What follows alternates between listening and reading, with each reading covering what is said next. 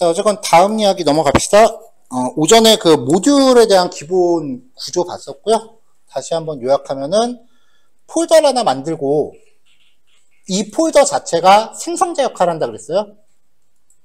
그리고 이 안에 앞뒤로 언더바 2개 붙이고 ini.py 이 파일이 생성자 역할을 하는 건데 여기서 이제 파일 열자마자 나오는 이런 기능들을 좀 넣어놓으면 되고 여기 제가 지금 마우스 올렸을 때 이렇게 안내문 나오잖아요. 이렇게 나오게 하는 게 아까 함수에다 주석 달았던 거예요. 그럼 우리가 만든 모듈 기능도 이런 식으로 이제 주석 마우스 올렸을 때 기능 설명이 될 거예요. 자, 그 다음에 이제 우리가 회귀 분석하면서 만들었었던 코드 기본 템플릿이 이제 짧지 않죠. 그리고 어저께 했을 때 아마 실행도가 좀 많이 불편했을 텐데 일단은 코드상으로 좀 개선할 수 있는 여지는 어저께 하다 보면 중간에 서브 플롯으로 변수 개수만큼 행이 되게 많았던 거 있죠. 그래서 그 그래프를 만드는 동안 얘가 렉 걸리는 게 제일 심해요. 그래픽 쪽에서 컴퓨터가 이제 성능적인 문제가 생기면은 일단 해결책은 쪼개는 거예요. 그러니까 쉽게 말하면 그 그래프를 다 따로 그리는 거야.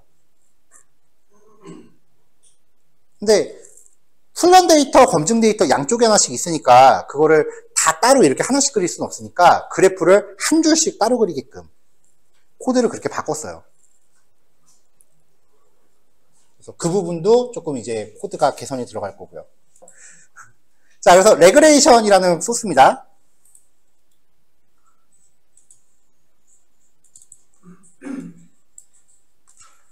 자, 기본적으로 우리가 만들었었던 코드 재사용을 할 거예요.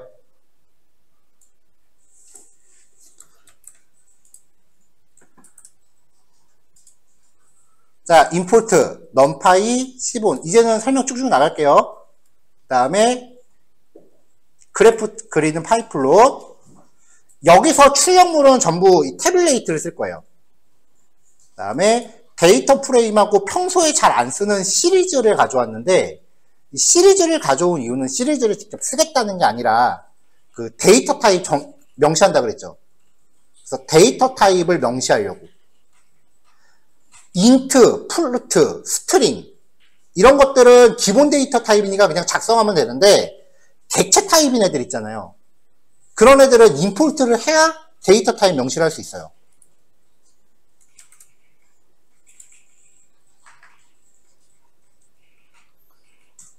자, 선형외기, 그 다음에 성능 검증, 표준화, 그 다음에 이거 VIF 하는 거, 듀비 낯선 값, 그 다음에 T하고 F, 통계량. 하나 더 만들게요.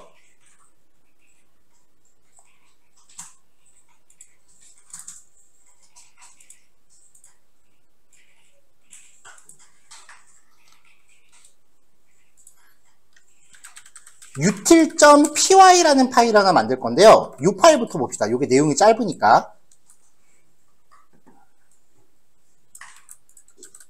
자, 태블레이트랑 데이터 프레임. 그다음 뭐 리드 엑셀까지는 여기서 안 썼고 트레인 테스트 스플릿이랑 스탠다드 스케일러 가져왔어요. 일단은 우리가 데이터를 갖고 오고 나면은 그 데이터 프레임이 어떻게 생겼는지 한번 출력은 해봐야 되잖아요. 그래서 데이터 프레임의 정보를 출력하기 위한 함수를 하나 준비했습니다. 여기에서 모듈 안에 들어가는 함수들은 공통적으로 my 언더바라는 프리픽스를 잡을게요. 그래서 my 언더바만 치면은 내가 만든 기능들 쫙 이렇게 드롭다운으로 나와서 선택할 수 있게끔. 자, 데이터라는 이름의 파라미터를 데이터 프레임 형식으로 잡을 거고요. 리턴 타입 없습니다. 자, 데이터 프레임의 정보를 출력하는 애인데요.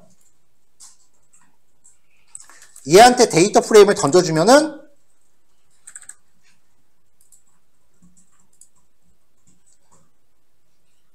자, 데이터 프레임의 크기, 행수와 열수, 쉐이프의 0번째, 1번째 출력하게 하고요. 그 다음에 한 줄 띄고 기술 통계.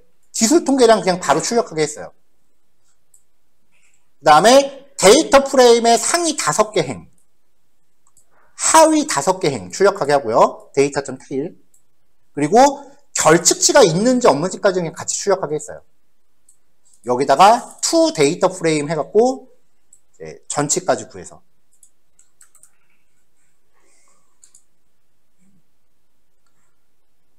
자, 함수 하나 넣을 때마다 이거 어떻게 쓰는 건지 한번 체크해 볼게요. 그래서 모듈을 써야 되는 예제들은 일단 기본 파이썬 코드 한번 보고 여기서 작성했었던 것 중에 이제 모듈에 추가되는 기능이 있으면 그대로 하나 복사해서 요 예제를 모듈 사용한 걸로 바꾼 거다. 이런 식으로 이제 묶어가면서 진행하려고 해요.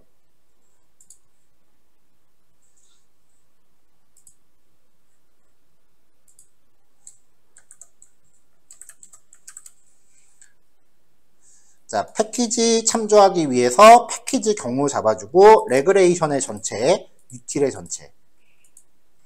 그래서 임포트 하고요. 그 다음에 리드 엑셀도 가져와야 되는구나.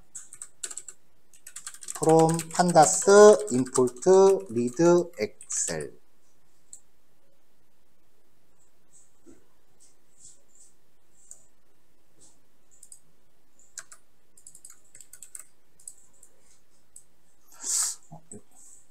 이거 좀 바꿉시다. my read excel URL string 데이터 프레임을 엑셀 파일을 데이터 프레임으로 로드하고 정보를 출력한다. 리턴 타입은 데이터 프레임으로 가져오고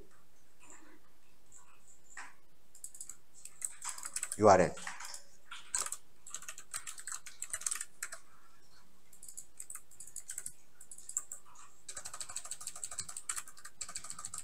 엑셀 파일의 경로 혹은 URL이라고 해놓은 다음에 데이터는 데이터 프레임 형식이고요. read excel 한 다음에 URL을 걸어요.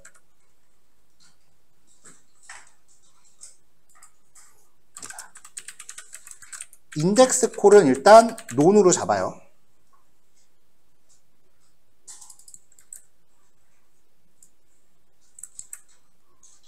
얘도 str이고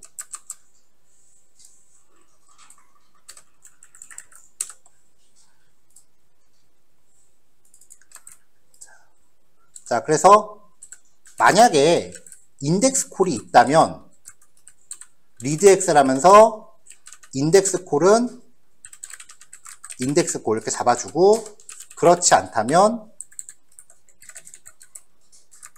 인덱스 콜 없이 URL만 넣어서 잡아주고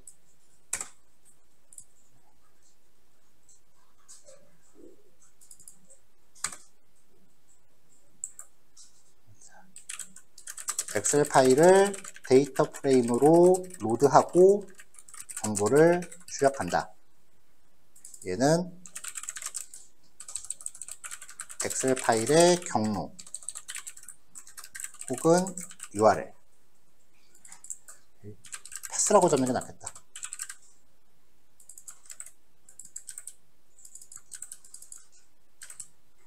자, 얘는 인덱스 필드의 이름 데이터 프레임겠지. 그럼 여기서 경로를 받아서 데이터 프레임을 리드 엑셀로 가져오고 이 데이터에 대해서 정보들을 쭉 출력하고 마지막에 리턴 데이터 해주면 그럼 이제 여기서 오리진은 my read excel 이렇게 때려주면 이제 이 오리진의 데이터 프레임은 담길 거고요.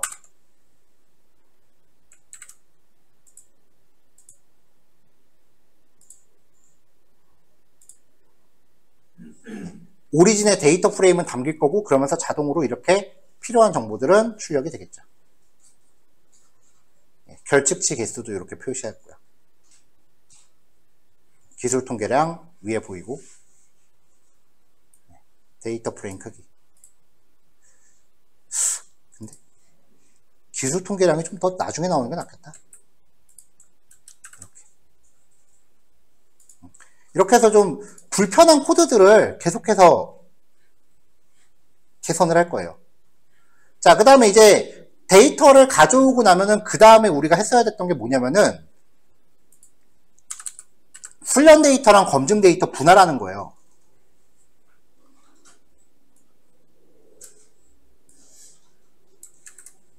자, 그래서 함수를 하나 만들 거예요. my train test split. 쪼개고 싶은 데이터 프레임 주고요. 그 다음에 종속 변수의 이름을 줘요. 테스트 사이즈는 0.3을 기본값으로 줬고 랜덤 스테이트 1, 2, 3이라고 박았고요. 스케일링 여부를 이 안에서 결정하게 할 거예요. 그래서 이 값을 true로 주면은 스케일링까지 할 겁니다.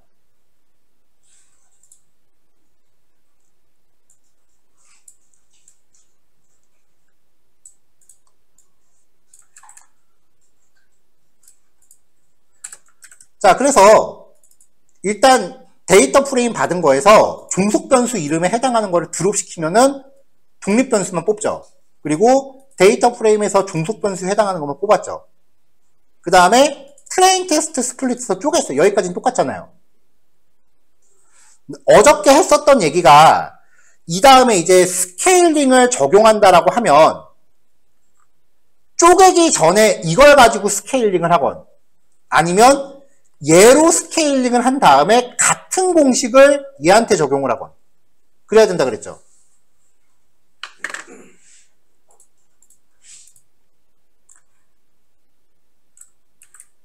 그래서 만약에 스케일링이라는 변수가 true로 전달되면 기본값은 false예요. true로 전달되면은 스케일러 만들고 X트레인에 대해서 P트랜스폼 공식 만들고 표준화 적용해서 다시 데이터 프레임으로 역변환해서 X트레인에서 씌워요. 그 다음에 X테스트는 같은 공식을 적용만 했어요. 그래서 데이터 프레임으로 재구성했어요. 인덱스하고 컬럼은 그대로 유지해주고요. 이렇게 해서 리턴해주면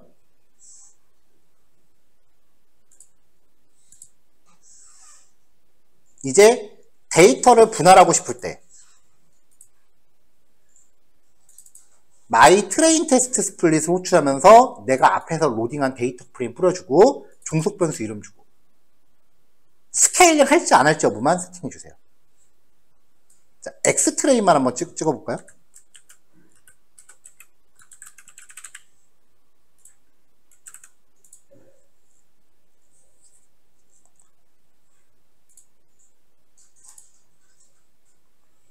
스케일링 true로 하니까 전부 스케일링 된 게 떨어졌죠. 스케일링 안 할 거면 파라미터 빼요. 그러면 원본 떨어 앞에서 이미 스케일링 했구나. 앞에서 이미 스케일링 했구나. 자, 스케일링 안 한 거 떨어지죠. 네, 이런 식으로 조절하면은 또 가장 기본적인 전처리는 이걸로 커버가 될 거예요.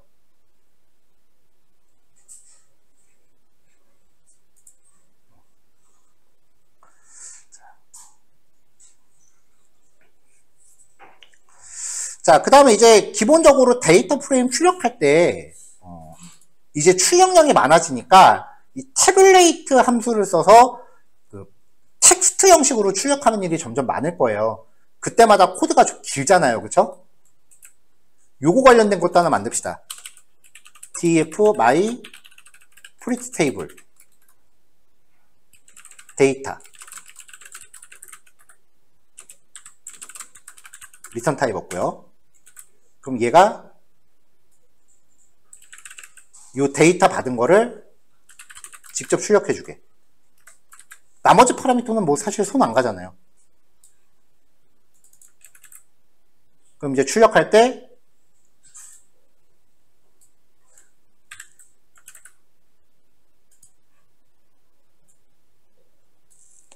이렇게만 해주면 표 형식으로 출력이 되겠지.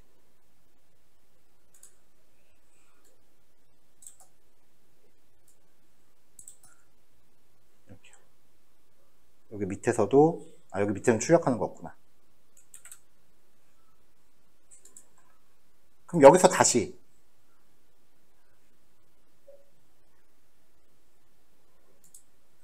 지금 X 트레인 출력하겠다고 이렇게 했잖아요.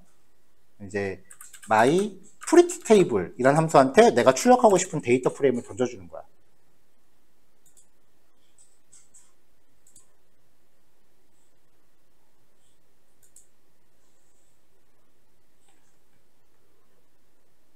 자, 위에 이거 괄호 하나가 더 들어갔네요.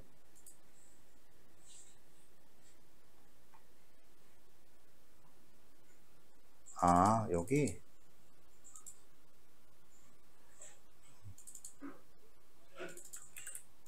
태블레이트 프린트.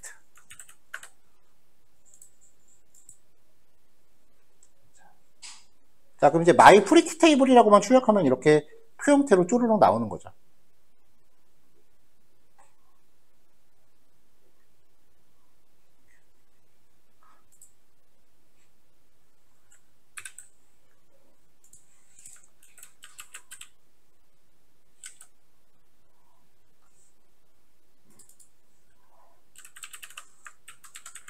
주피터에서 출력에 자동 줄바꿈 해놨는데 좀 안 좋은 것 같아.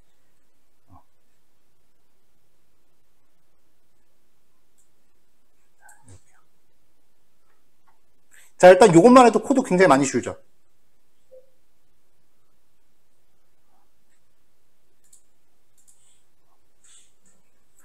일단 이것만 해서 실행하면은 일단 뭐 데이터 로드하고 기본적인 그 정보 확인하는 거는 그냥 금방 쑥 하고 끝나니까. 코드가 주는 것도 주는 건데 출력 결과물을 데이터 프레임에 원래 그 주피터가 출력해주는 형태 있잖아요. 그거보다 얘가 그냥 텍스트잖아요. 그러니까 이게 출력 속도가 더 빠를 수밖에 없어요. 그러니까 지금 어떻게든 그 안 되는 성능 안에서 좀 속도 좀 당겨보려고 온갖 꼼수를 다 박아왔어요.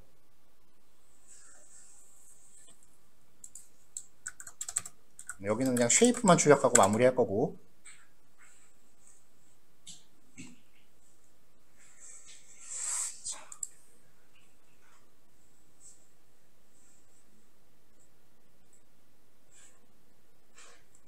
자, 일단 여기까지 코드 올렸고요. 헬퍼 폴더 안에 있는 init 레그레이션 요거는 그냥 임포트까지만 넣어놓으시고 util 여기까지 체크하셔서 7번 보스턴 직감 예제 괄호하고 모듈 이 파일에서 모듈화가 잘 됐는지 체크하시면 되는데 이 모듈 파일을 직접 내가 타이핑해서 실습을 할지 여부는 여러분들 각자 판단을 하세요. 왜냐면 저는 이 수업에서 프로그래밍적으로 그렇게 깊이 들어가는 거를 처음부터 산정을 그렇게 안 했었어요. 근데 지금 이거는 웬만한 어플리케이션 개발급의 코드가 지금 진행되고 있는 중이라서 그냥 맥락만 파악하고 넘어갈 건지 직접 내가 작성을 해볼 건지 그거는 여러분들 각자 판단을 하세요. 나는 맥락만 파악할 거다라고 하시면은 모듈들은 그냥 그 깃허브에서 드래그해서 복사 붙여넣기 하셔도 되고요. 하지만 실습 시간은 다 타이핑 하신다라고 산정할게요. 왜냐면 해보시는 분이 계실 수도 있으니까. 오케이? 자, 그럼 요거까지 하시고요. 11시 반에 만납시다. 자, 이제 regression.py 파일에 그 기능을 넣을 건데요. 지금 우리가 하고 있는 거는 회계 분석과 관련된 거니까 regression.py라는 파일에다 넣고요. 나중에 이후에 이제 군집 분석, 걔는 이제 classify라고 하는 파일을 또 만들 거고, 그 다음에 시계열 분석은 time 시리즈라는 파일을 또 만들 거예요. 그래서 분석 종류별로 모듈을 쌓아나가 볼게요. 모듈을 할 때마다 포커스를 맞추는 게 수업용 코드라는 생각은 1도 안 해요. 실제로 내가 쓸 코드를 만드는 거지. 그러다 보니까 이제 코드 난이도가 조금 올라갈 수도 있어요.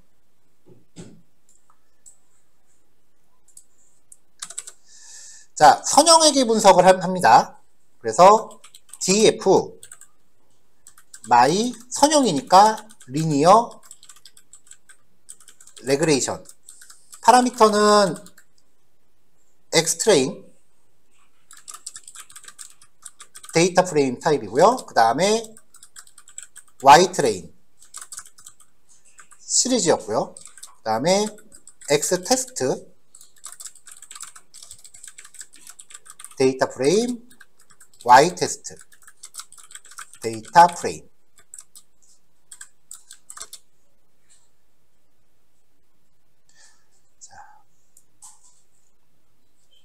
자, 얘는 이제 선형회계 분석을 한 다음에 우리 모델.fit 해갖고 이제 학습 객체 만들었었잖아요. 그 학습 객체를 리턴 시킬 거예요. 그 객체가 리니어 레그레이션 객체예요. 그래서 리니어 레그레이션 타입을 리턴한다.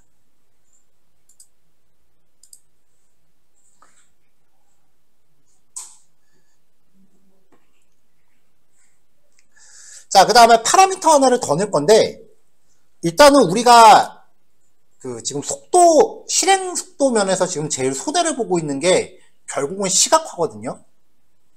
딴 거 없어요. 출력 속도 빠르게 하려면 그래프 하나도 안 쓰면 돼요. 기본적으로 이제 그래프를 출력을 하되,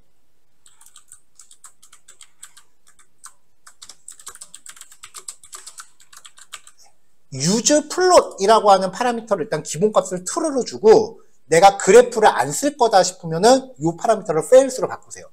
그래프를 출력 안 하게 할 거예요.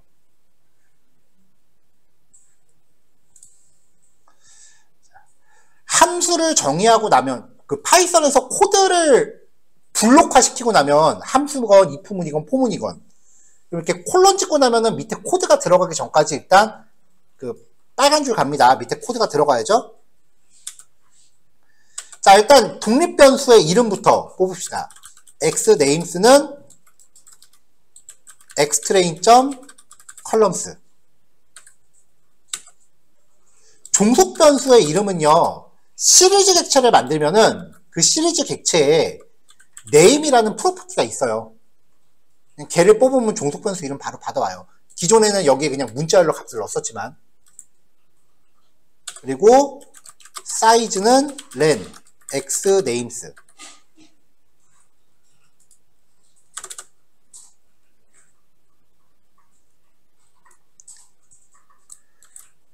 이제 분석 모델 만들어주고요. xtrain과 ytrain 걸고요. 요 fit이 최종적으로 리턴 될 거예요. 그 다음에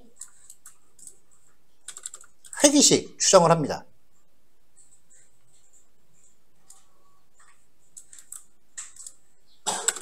추정치 생성을 하고요.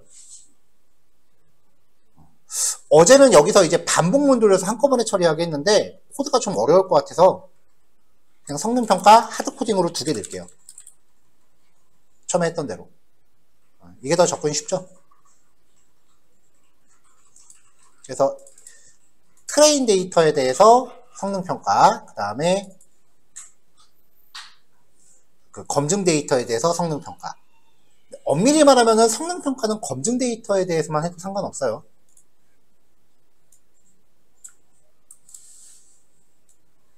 자, 이렇게 만들어진 애를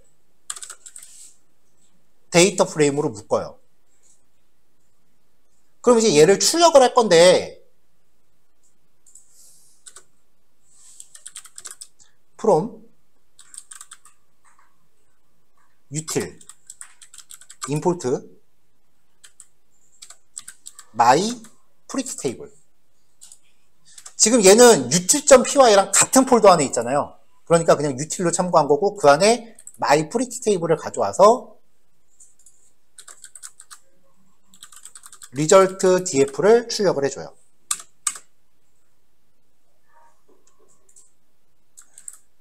그 다음에 시각화를 할 건데, 시각화를 그냥 들어가는 게 아니라 if use 플롯이 참일 때만. 그럼 이 파라미터로 그래프 출력 여부가 조절이 되잖아요. 속도가 좀 느려서 못 쓰겠다 싶으면 이 파라미터를 fails로 꺼버리라고요. 어차피 그래프 솔직히 안 봐도 큰 상관없잖아.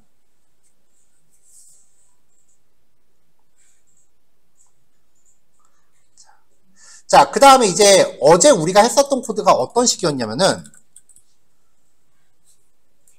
서브 플롯을 만들면서 행의 수를 사이즈 개수만큼 가져갔어요. 근데 이렇게 되면은 그래프가 커지니까 이게 처리 속도를 가장 느리게 잡아먹는 주범이에요. 그래서 무조건 행을 한 개씩만 가져갈 거예요. 대신에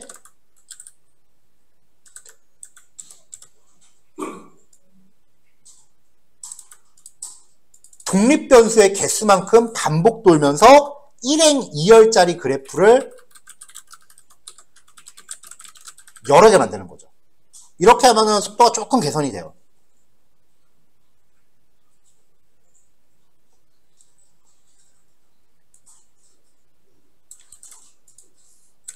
자, 그러면은 그래프가 1행 2열이니까 AX는 그냥 0번째, 1번째 이렇게밖에 안 들어가요.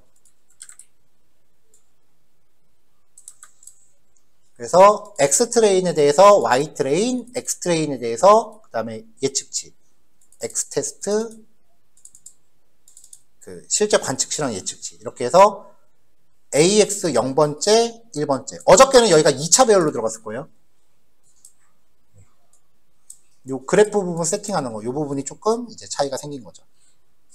자, 이렇게 해놓고 맨 마지막에 return fit 하고 넘깁니다. 결과 보고는 여기 안 묶었어요. 같이.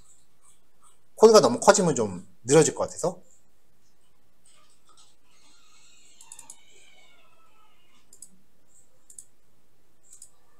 자, 그래서 fit은 my linear regression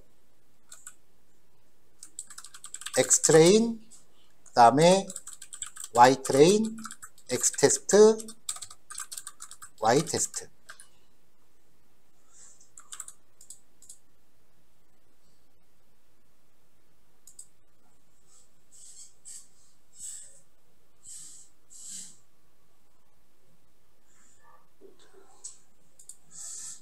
아, 갑자기 UT를 못 찾네요.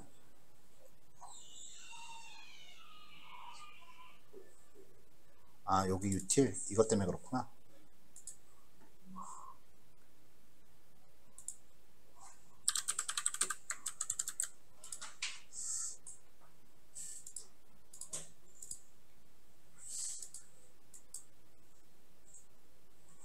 자, 그러면 이제 이 코드 한 줄이면 앞으로 이렇게 나와요.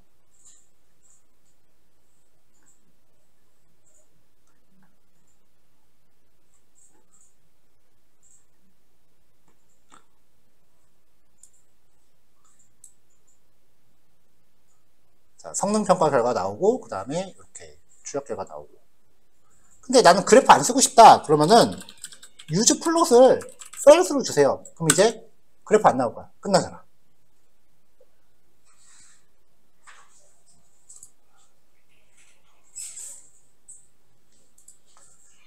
자, 그럼 이제 이 녀석에 대해서 주석으로 또 달아봐야죠. 3개 넣고 generate docstring.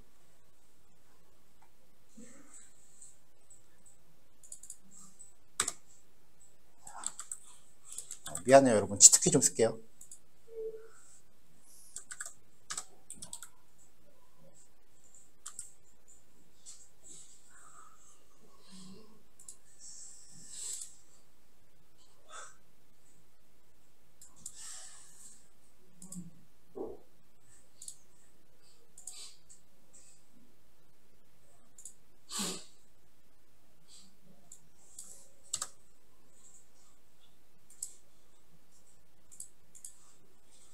한번 껐다 켜야겠다.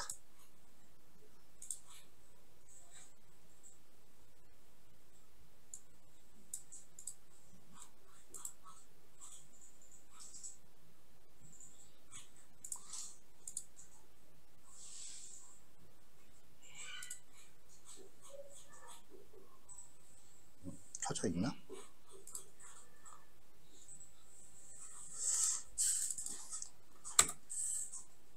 그러면 코파일럿이 좋은 게 주석을 잘 달아줘.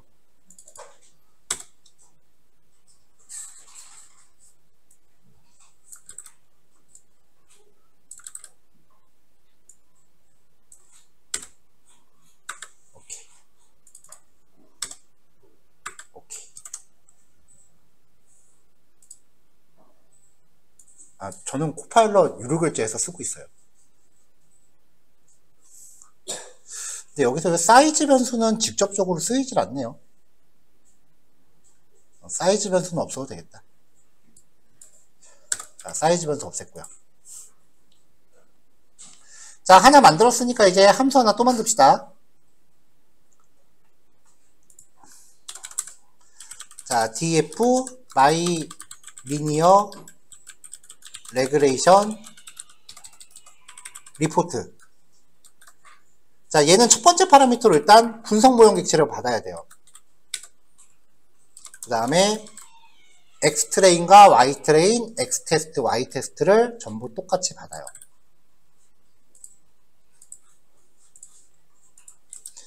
별도로 리턴 타입은 없습니다.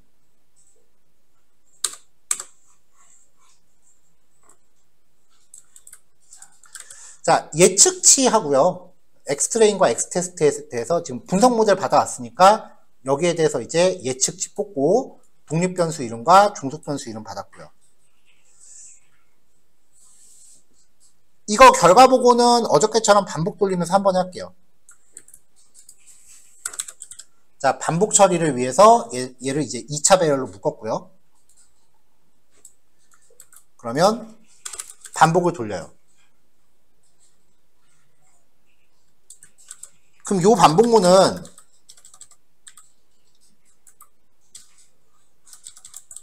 i가 0일 때 훈련 데이터 셋, 그리고 i가 1일 땐 검증 데이터 셋. i가 0일 때는 요게 되는 거고,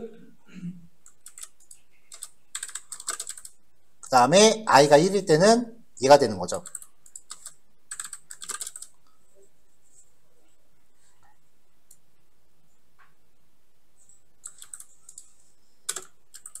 자, 그래서 i 값에 따라서 훈련 데이터에 대한 결과 보고인지 검증 데이터에 대한 결과 보고인지 먼저 출력하고 필요한 애들 뽑아낸 다음에 나머지 코드는 재사용하시면 돼요. 그냥 복사 붙여넣기 할게요. 이렇게.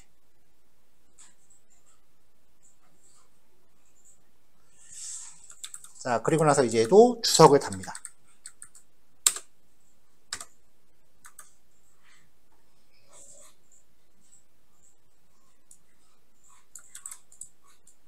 나머지 부분도 이렇게 해주고요. 그럼 이제 여기 예측 모듈에서 핏 받았으니까 by linear regression report 파라미터 완성해주면, 제가 지금 오토 리로드가 셋 인식이 안 되네요. 이렇게 결과 나오잖아요, 바로. 자, 그럼 이제 출력 결과를 접고 나서 최종적으로 모듈화가 완성됐을 때 어제 우리가 실습했던 내용이 얼마나 축약되는지 봅시다. 패키지 참조, 데이터 가져오기, 데이터 분할, 하나, 둘, 끝.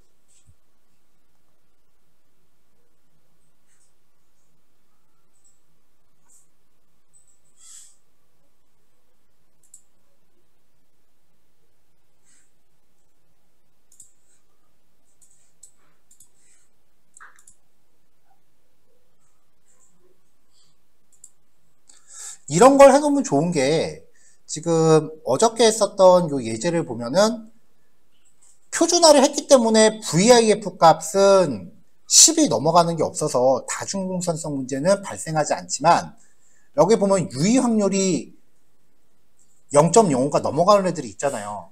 이런 애들을 하나씩 걷어내면서 분석을 다시 해야 돼요. 왜냐면 얘네들은 G값에 영향을 주는 요인이 아닌 거야. 그래서 요거 빼고 다시 돌려보고, 그 다음에 그럼 또 요 유의 확률 값들이 또 조금씩 바뀌어요. 그 다음에 0.05 넘어가는 것도 빼고 다시 돌려보고, 이렇게 하나씩 소거해가면서 해요, 보통. 아니면은 이거 다 드러내고 하나씩 넣어가면서 하기도 하고. 근데 소거하는 게 저는 개인적으로 편한 것 같아요.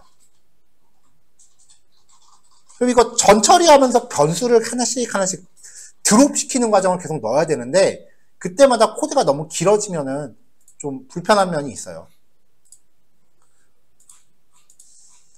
자, 이렇게 했던 게 이제 출력 결과가 나오는 그 시간을 좀 단축하려고 했던 거니까, 최종적으로 그래프를 출력 안 했을 때 성능적으로 이점이 얼마나 있나 한번 일괄 실행해 볼게요.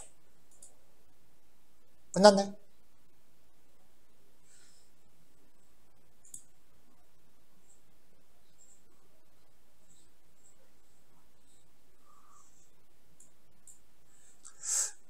자, 코드 여기까지 올라갔고요. 일단 어제 수업 내용 재현하는 만큼 해놓은 거고,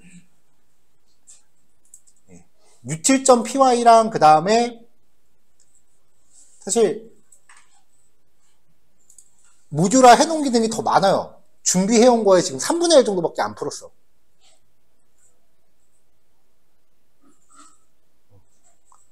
일단은 그 모듈화 해놓은 거부터 일단은 전달하는 거를 일단 1차 목표로 좀 해볼게요. 오늘은. 자, 여기까지 완성하는 걸로 합시다. 오전은 요거까지 마무리할게요. 자, 오후 수업 시작할게요. 글씨 크기 괜찮으세요?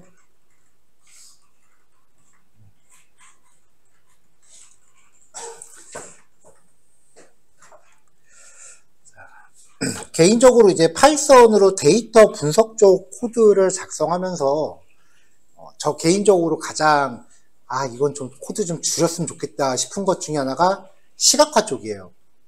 시각화 쪽이 좀 자잘한 코드들이 좀 많이 들어가서 그래서 이제 그 부분을 조금 이제 손을 댔고요. 아까 했었던 그 util에 그 read my excel이라고 하는 함수 있었죠. 요것도 살짝쿵 바꿨어요. 바꿨다기보단 추가를 하나 했어요. 어떻게 했냐면은 기존에 우리가 만들어 놨던 거는 read my excel이라고 하면은 데이터 프레임을 이제 리턴을 하면서 무조건 이렇게 정보를 출력하게끔 돼 있잖아요. 근데 생각해보니까 굳이 이걸 안 봐도 될 경우도 꽤 있겠더라고요. 그래서 파라미터를 하나 추가해서 util.py예요. 이거 얼마 안 되니까 요거는 지금 바로 고치세요.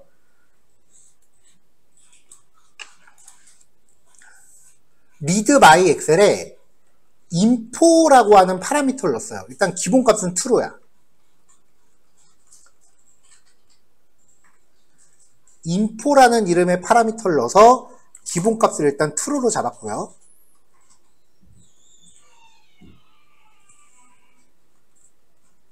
my read excel 함수예요.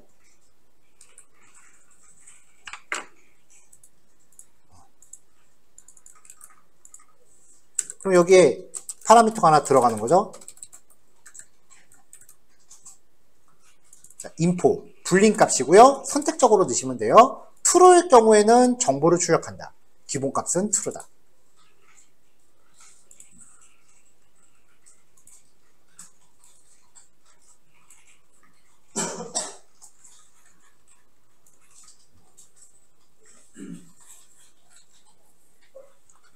네, 이건 짧으니까 바로바로 할게요.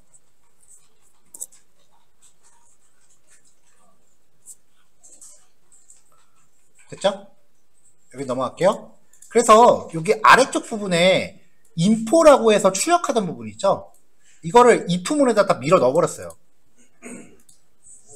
아래쪽에 프린트 하던 부분을 이렇게 if문으로 다 밀어 넣었어요.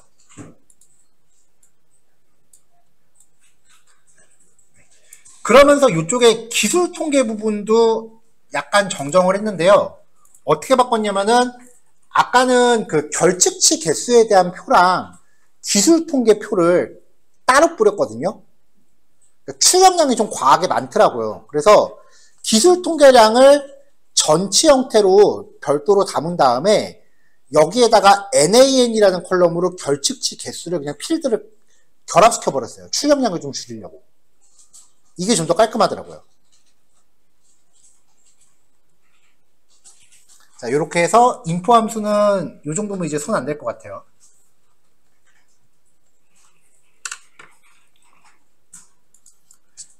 자, 여기 넘어갈게요. 오케이.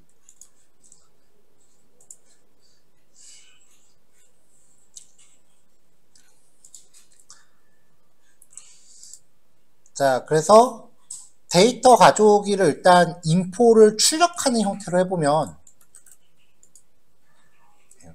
마지막에 이제 기술 통계 부분이요. 행렬이 지금 바뀌어 있는 상태고 마지막에 결측치 개수가 필드로 추가되게끔 조금 더 깔끔한 형태를 추구했고요. 이거 안 볼 거면은 마지막에 info fails라고 주시면 정보가 출력이 안 돼요. 이렇게. 자, 그 다음에 이제 또 하나 함수를 만들었는데, 이제 탐색적 데이터 분석 과정에서는 명목형 변수를 카테고리 타입으로 바꿀 일이 꽤 있죠. 근데 이게 변수가 한두 개가 아닌 경우가 꽤 많아요.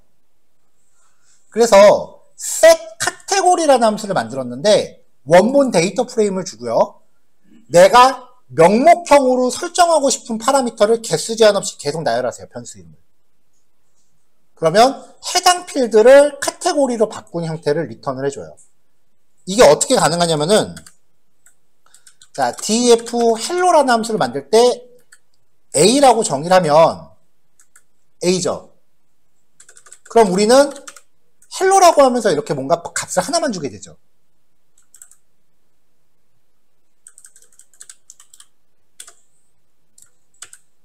네, 그럼 이렇게 hello 할 때 나오잖아요. 근데 여기 파라미터 앞에다가 별을 붙이면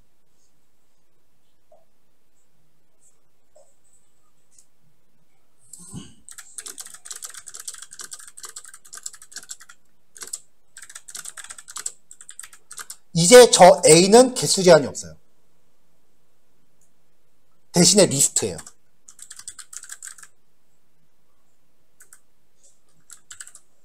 튜플로 들어오네요. 이게 A예요. 파라미터에 개수 제한이 없이 가요.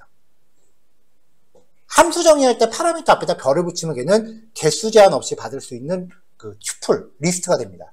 대신에 맨 마지막에 설정해야 돼요. 여기 뒤에다가 뭐 또 놓으면은 이 중에서 어디까지가 A고 어디까지가 B인지 분간이 안 가요. 그래서 util.py에 set 카테고리 데이터 프레임 전달하고요. 문자열 파라미터를 개수 제한 없이 받았어요.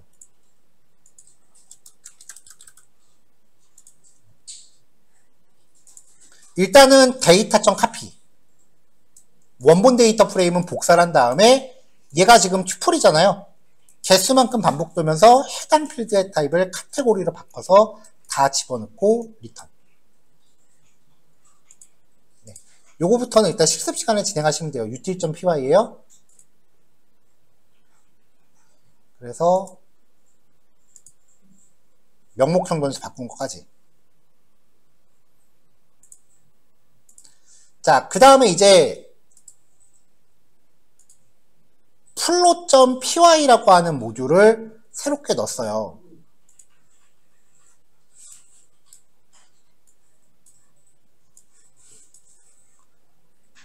여기에 그동안 그 그래프 그리면서 맨날 피규어 설정하고 그리드, 쇼, 클로즈 하는 게 지금 귀찮아서 그냥 간단한 그래프는 한 줄로 퉁쳐버리자가 취지예요. 그래서 박스 플롯 데이터 프레임 주고 정렬 방향 그 다음에 그래프 사이즈랑 DPI는 기본으로 이렇게 박아놨어요. 바꾸고 싶으면 따로 설정하시면 되고요. 네, 이런 식으로 함수들을 계속 추가했으니까 사용 방식을 좀 볼게요.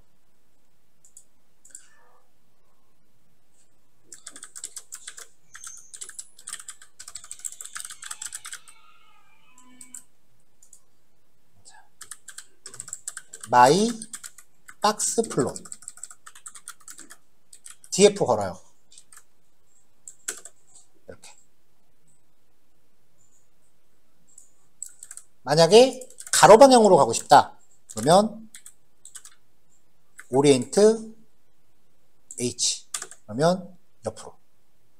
특정 필드만 가고 싶다. 그럼 해당 필드만 분리해서 넣으세요. 이렇게. 사이즈 바꾸고 싶다.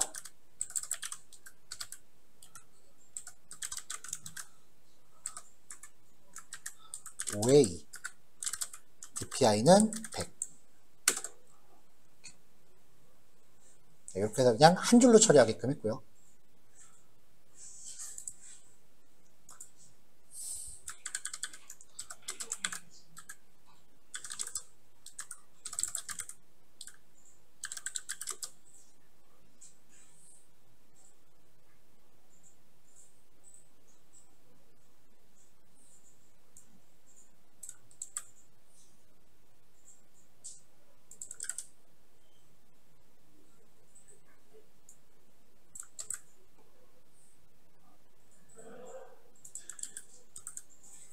순서상 히스토그램이 먼저죠.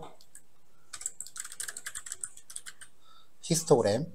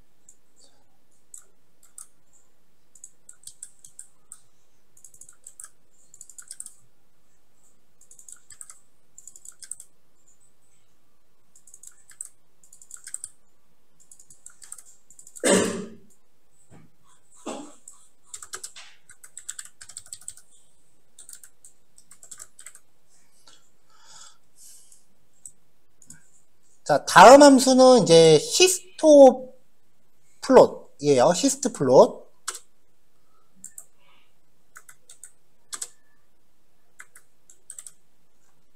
그래서 데이터 프레임 설정하고 어떤 필드에 대해서 설정할지 필드 이름 세팅해 주고요. 그 다음에 휴를 사용할지 안 할지 하고, 그 다음에 구간수, 내가 구간을 따로 나누고 싶으면은 설정하는 거죠. 근데 얘는 인트가 될 수도 있는데 리스트가 될 수도 있으니까 타입은 따로 안 정하는 게 낫겠네요. 구간수 혹은 리스트. KD는 커널 밀도 추정 같이 출력할죠. 뭐 기본값 true, 그래프 사이즈들 뒤에 설정했고요.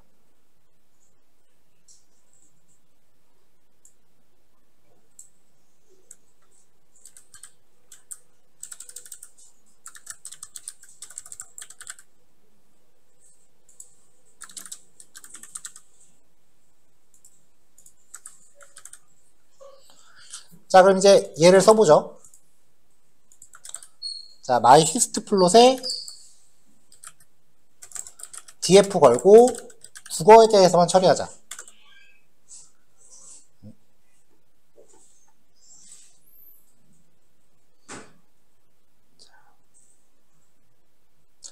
파라미터 중에 논으로 설정한 게 지금 문제가 되나봐요.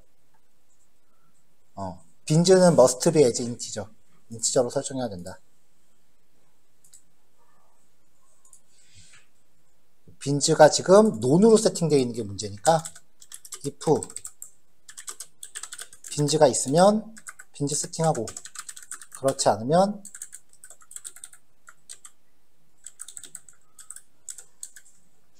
빈즈는 그냥 자동으로.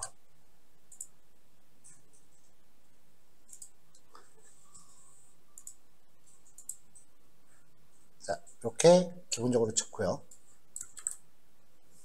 만약에 성별에 따라 나누고 싶으면 이렇게 나눠주고, 구간수를 줄이고 싶으면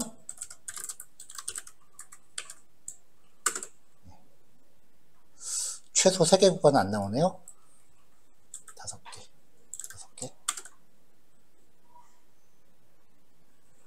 빈즈 must be an integer, a string or an array.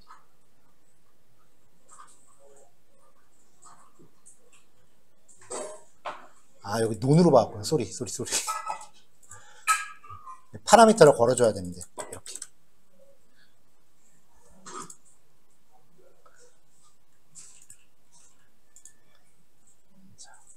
자, 구간수 직접 정한 거죠. 3으로 바꿔보죠. 이렇게.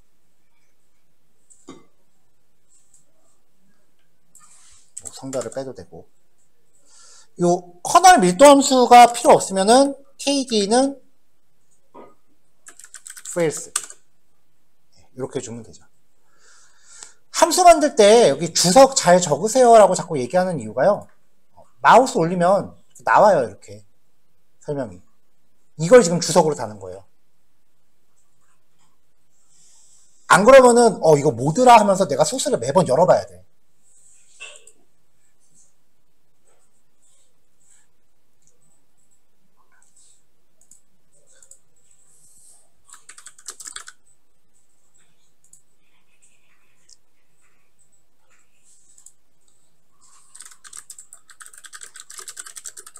자, 그 다음 산점도 그래프. 마이 스캐터 플롯. 국어에 따른 수학 점수. 이렇게 나오고요. 여기에도 휴를 걸고 싶다. 그러면 휴 걸고 성별. 성별에 따라 또 구별야 되고요.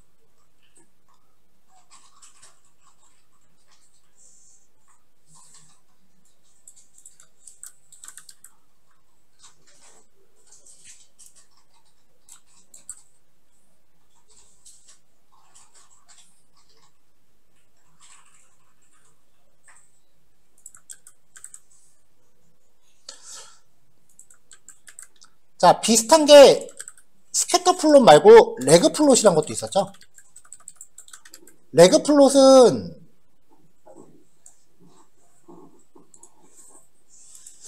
잠깐 이거는 에러 날 것 같아. 레그 플롯이 휴를 못 썼던 것 같은데. 그쵸. 레그 플롯은 휴 파라미터가 없어요. 그냥 복붙하다 보니까 들어갔네요. 휴.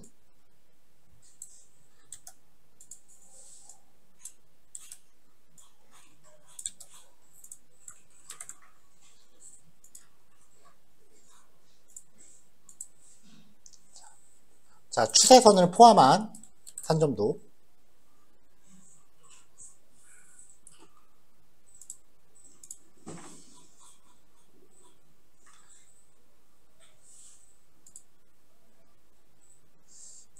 그 다음에 마지막으로 산점도 행렬이라는 게 있었죠. 자, 얘는 그냥 데이터 프레임 걸어주면 되고요.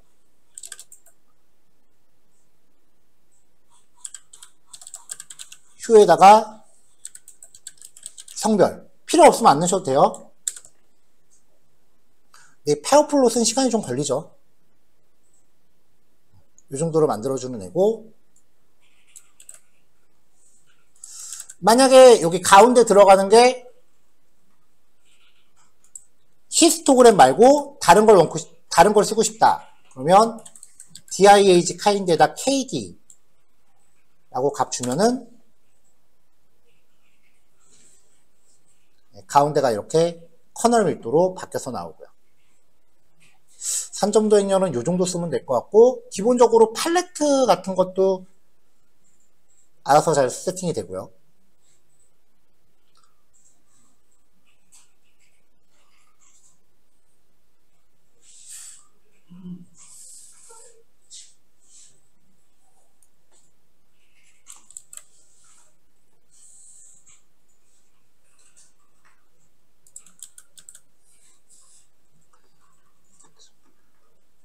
자, 산점도 행렬 앞에다가 하나만 더 넣읍시다.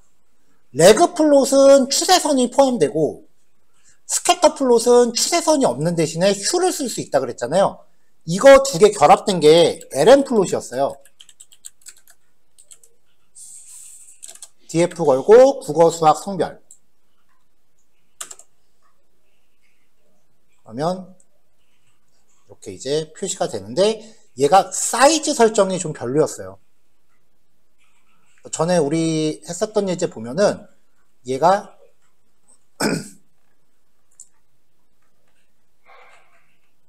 LM 플롯이라는 예제를 보면은 사이즈 설정이 썩 그렇게 자유롭지 않아서 이렇게 G라는 객체를 받아서 따로 설정을 했거든요.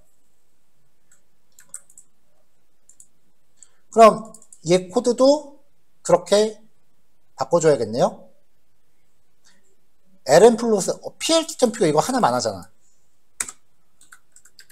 G를 받고 G.Pg. 아까 이 코드였죠? 자, G.Pg. set fig width에다가 fig 사이즈의 0번째. 얘는 fig 사이즈의 1번째. 얘는 파라미터로 들어온 DPI.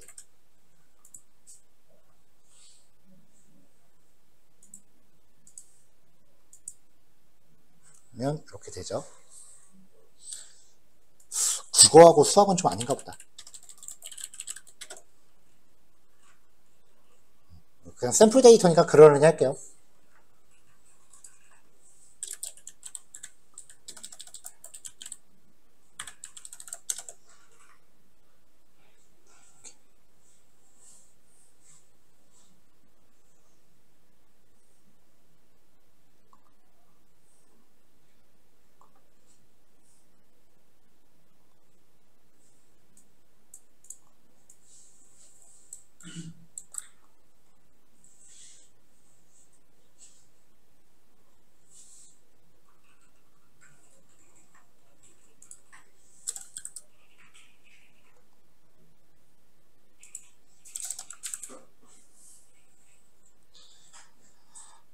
자, 이런 식으로 이제 그래프들을 계속 추가를 하고 있습니다.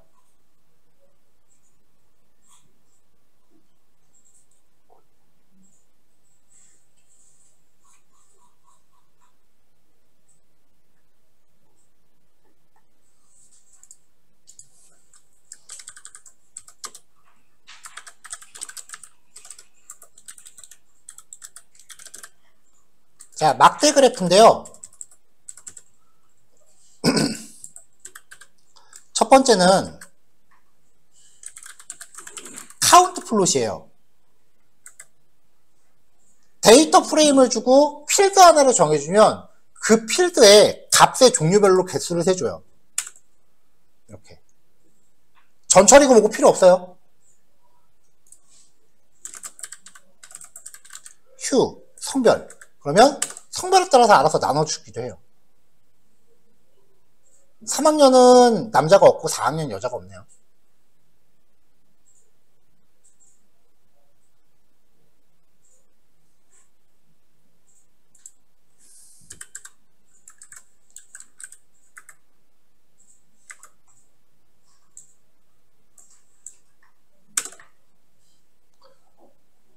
자, 바플롯은 그냥 고지고대로 수치를 만드는 거예요. X축이 학년이니까 1학년, 2학년, 3학년, 4학년이고 국어 점수를 고지고대로 점수 넣은 거예요. 그리고 성별로 나누라고 했고. 근데 만약에 1학년에 대한 국어 점수가 1학년의 남자에 대한 국어 점수가 2개 이상이다. 그러면 평균을 냅니다. 그때 이 막대기가 평균에 대한 신뢰 구간.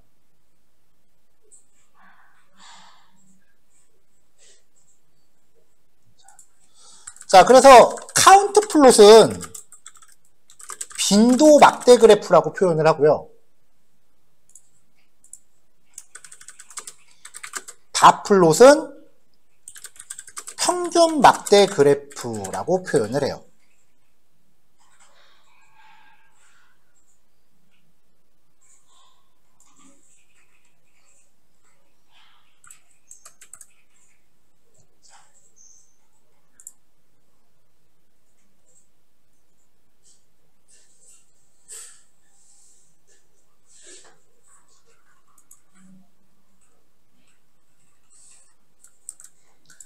자, 모듈에서 이제 util 쪽에 set 카테고리 함수 추가됐고요. plot.py 파일 새로 추가돼서 진행하고 있고, sys 파일은 시각화 관련 부분이니까 5-3의 10번 모듈 활용이라고 파일 새로 만들어서 하고 있습니다. 코드 올라갔어요? 아직 그래프 모듈은 준비한 내용이 한 반 정도 밖에 진행 안 했으니까 여기서 한번 끊을게요. 자, 다음 내용 쭉쭉 나갈게요. 자, 요거는 우리 수업에서는 다루지 않았던 그래프인데 저번에 발표할 때 보니까 이거 쓰신 분이 계셔서 넣었어요. 바이올린 플롯이라고 하는 건데요. 바이올린 플롯이라고 하는 거는 상자 그림 플러스 커널 밀도 형태예요. 그러니까 상자 그림이 나오는데 커널 밀도에 따라서 그 호리병처럼 나와요.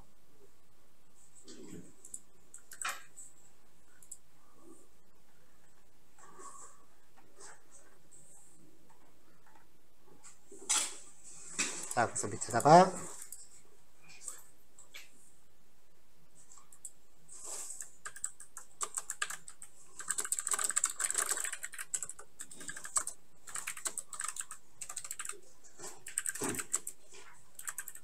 네, 바이올린 플롯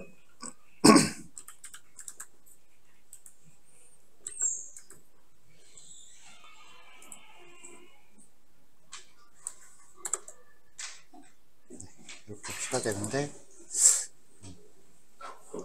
휴를 거니까 잘 안 보이네. 이렇게 생긴 거예요. 그러니까 이게 그 정규 분포를 표현하는 그 정규 분포 곡선이라고 보시면 돼요.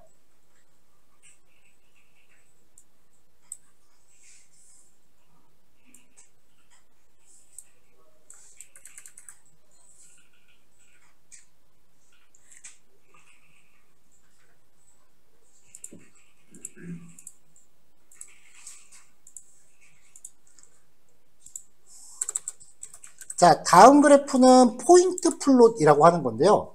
사실 요거는 저 개인적으로는 3점도 그래프랑 별로 차이를 모르겠어요.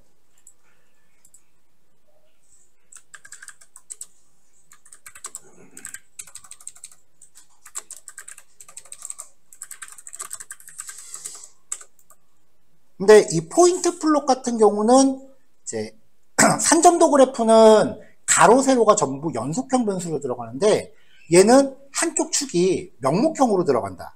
그런 차이가 좀 있어요.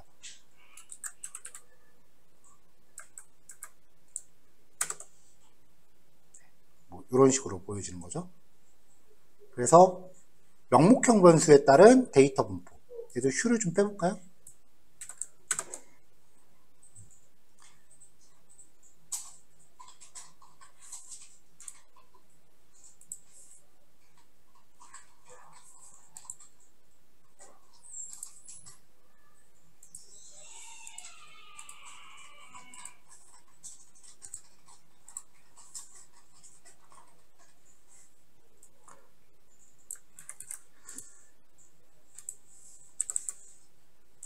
자, 그 다음에 이제 조인트 플롯이라고 하는 건데요.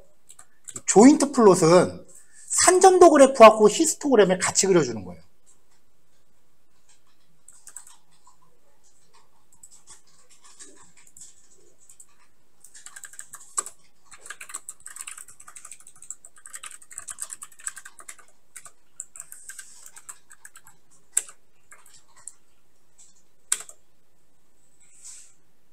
이런 식으로 한쪽 축에는 산점도가 들어가고 위쪽에는 이제 히스토그램이 들어가는.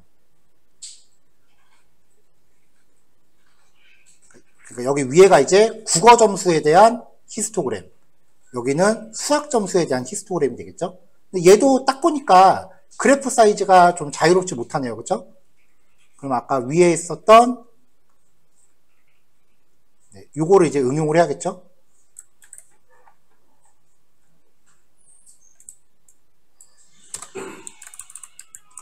G 받고 이렇게.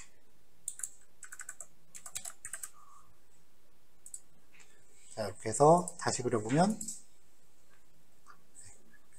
산점도 그래프와 히스토그램이 같이 나타나는 형태.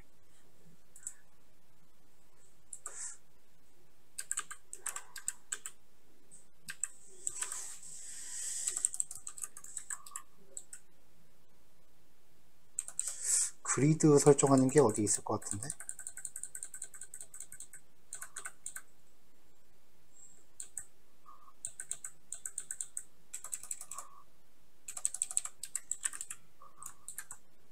한번 넣어봅시다. 이 함수가 있는지 모르겠는데. 없네.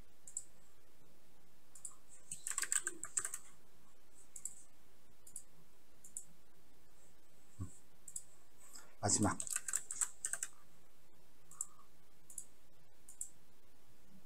이것도 없네. 자, 그냥 그리드 빼고.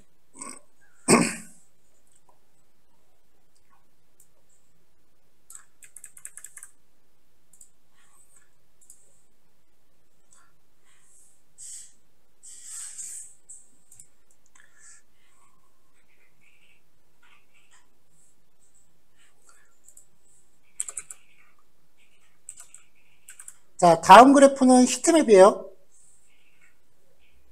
데이터 프레임을 줘서 이제 가로, 세로에 대해서 어떤 수치값을 표현하는 거죠.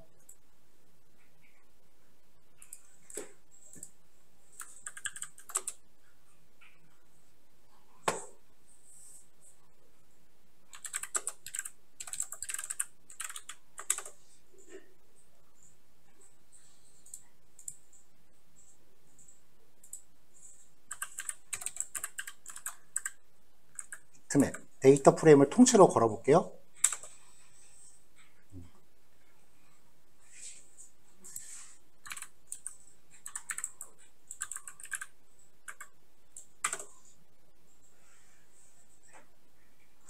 뭐 이런 식으로 이제 표시가 되는 거죠. 근데 사실 이거는 이제 상관계수 표현할 때 쓰는 거니까 요 데이터가 좀 적합한 경우는 아니에요.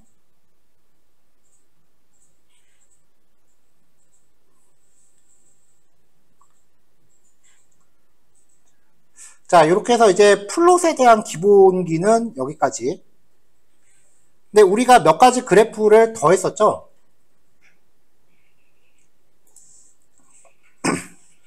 자, 변수 간의 차이 분석할 때, 실내 구간에서 이제 커널 밀도 함수하고 이제 이런 그래프 그리는 기능이 하나 있었고요. 아, 여기 모듈 활용해서 하나 더 해야 되는구나. 전에 이 컨벡스 헐이라고 하는 그래프가 있었어요. 군집된 결과에 따라서 이렇게 테두리를 쳐주는 기능이었는데 요거까지 한번 넣어볼게요. 일단 기본적으로 스캐터 플롯 그리고 거기에 같이 그리는 기능이었죠.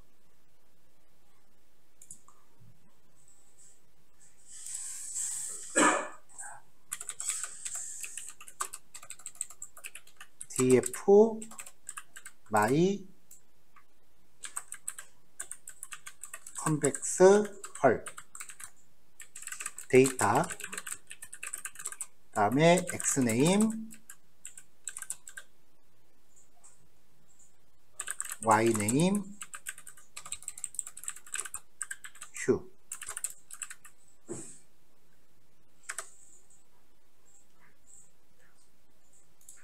그 밖에 그래프 크기 dpi 그 다음에 c맵이라고 하는 거는 이제 칼라맵 써야 될 경우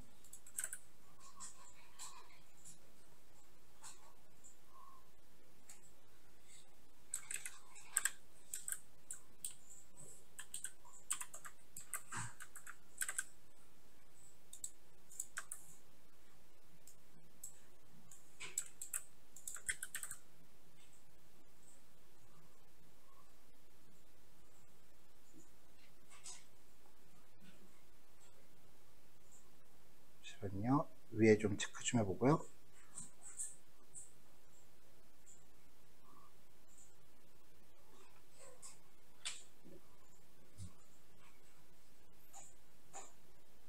다른 그래프는 딱히 칼라맵 파라미터를 설정을 안 했네요.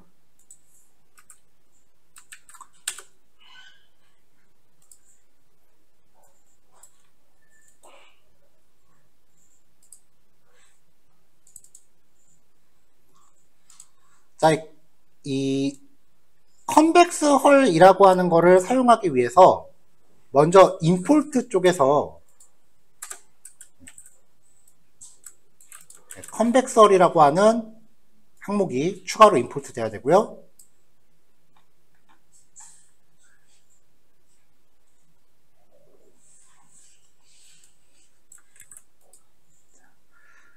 휴 파라미터가 저거였죠.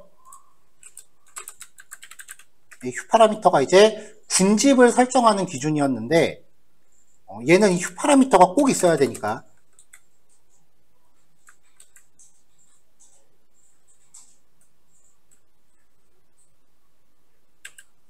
기본값 없이 갈게요. 군집별 값의 종류를 먼저 뽑아요. 클래스는 유니크. 휴로 지정된 필드에서 이제 유니크한 거 뽑고요.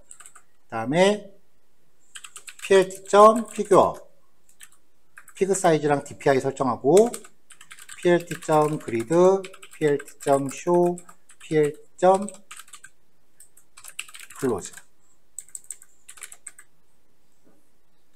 자, 이 군집 종류별로 반복을 돌아요. 근데 여기 클래시즈를 반복 도는 데만 쓰니까 굳이 변수를 따로 만들 필요는 없겠네요.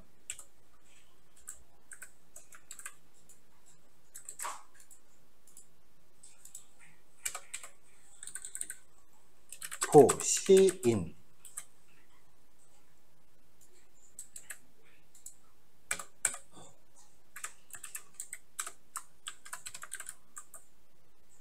또 반복 수행.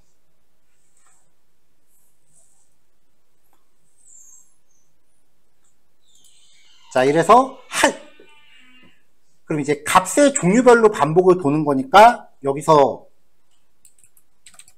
한 종류만 먼저 필터링을 합니다.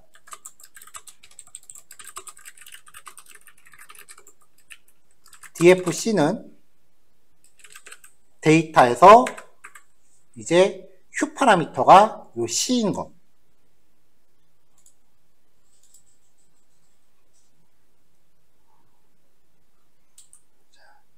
자, 이렇게 필터링을 한 상태에서 X네임, Y네임 두 개의 필드를 뽑아내요. 필터링한 결과에서 두 변수만 선택. 그래서 외곽선을 뽑아내고요.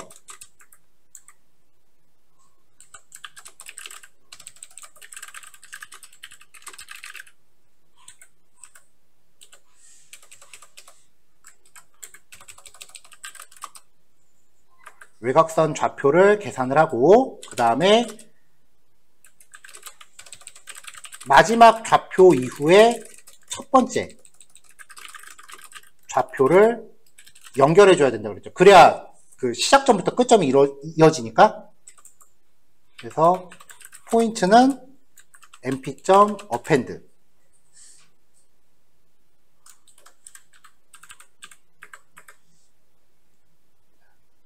근데 mp가 지금 없으니까 numpy 들어와야죠.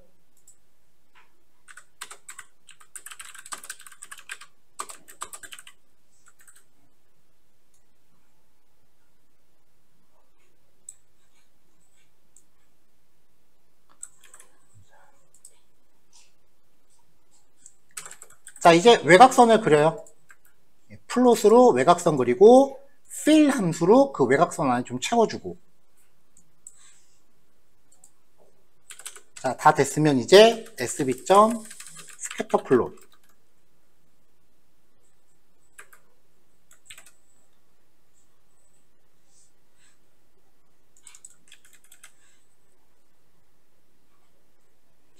스캐터플롯에서 지금 이 팔레트 파라미터인지 스타일 파라미터인지 제가 좀 헷갈리는데 일단 이대로 한번 걸어볼게요.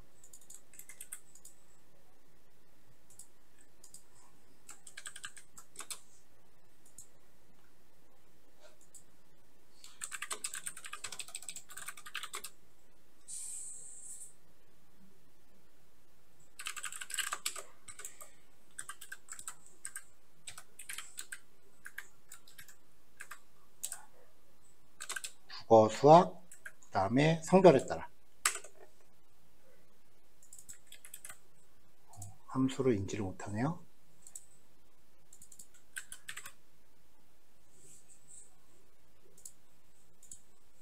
재시작 한번 할게요.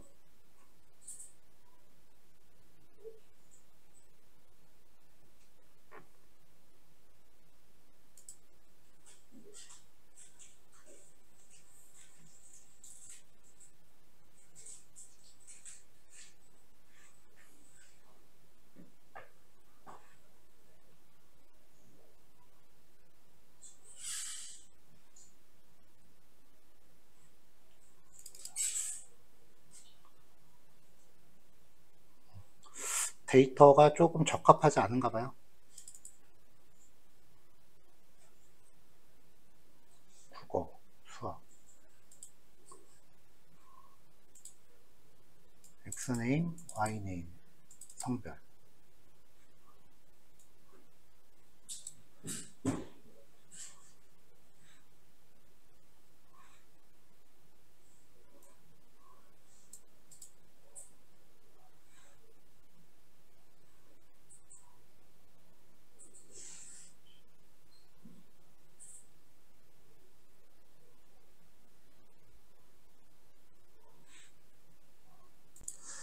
자, 좀 전에 보던 거, 그 에러 발생했던 거 마저 마무리하고요.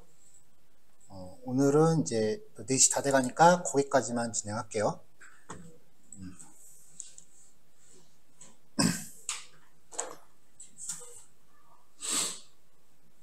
엄청 많다.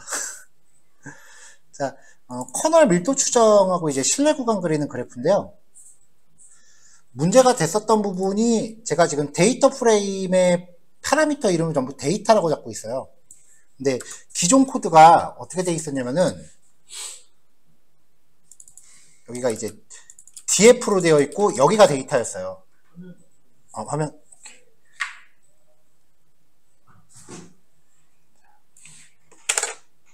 자, 기존 코드가 데이터 프레임이 이름이 이제 df로 되어 있고 여기가 데이터였어요. 그럼 여기도 다 데이터 이렇게 들어 있는 상태였는데 일괄되게 지금 함수 파라미터 이름을 데이터 프레임을 전부 데이터라고 잡고 있거든요. 그럼 여기 이름이 바뀌어야 되잖아요.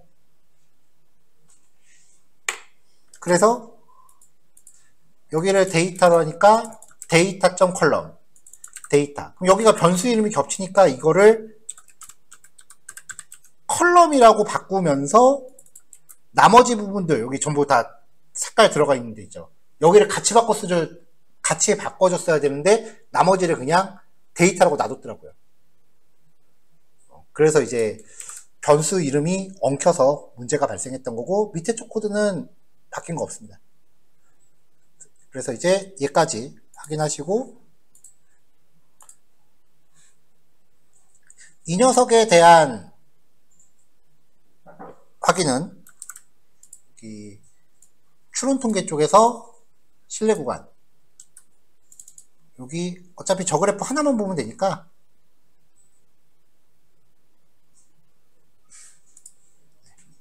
여기 맨 마지막에 이렇게 모듈화 기능 확인이라고 해서 요만큼 추가해 놨어요.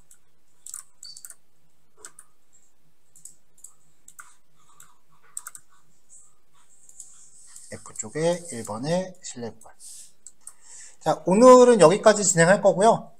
지금 하던 김에 그냥 다 해버리자라는 심산으로 이쪽 부분도 모듈화 할 게 엄청 많아요. 가사검정 쪽도.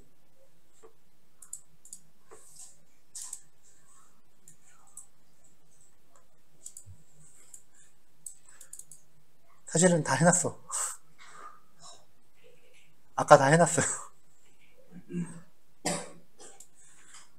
그래서 이쪽 부분도 해놓을 거고요. 그렇게 하고 나서 이제 연습 문제는 그 다음에 해볼게요. 회계 분석 쪽 지금 계속 진행하고 있었고요. 회계 분석에 대해서는 이제 잔차 분석. 잔차 분석은 지금 어디 갔냐?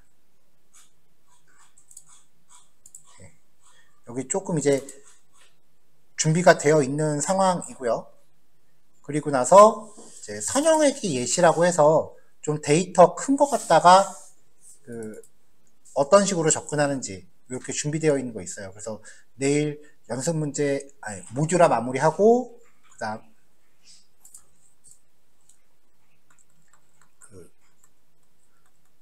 모듈화 마무리하고 그 다음에 일단 연습 문제 풀이는 진행해야 되고 세 번째로 잔차 분석에 대해서 이야기하고 네 번째로 이제 복합 예제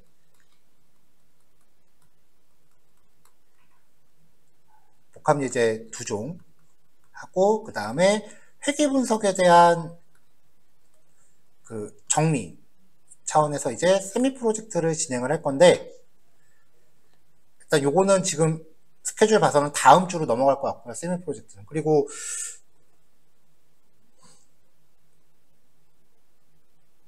데이터랑 주제 잡아드릴 거예요. 이제 거부 안 할 거지?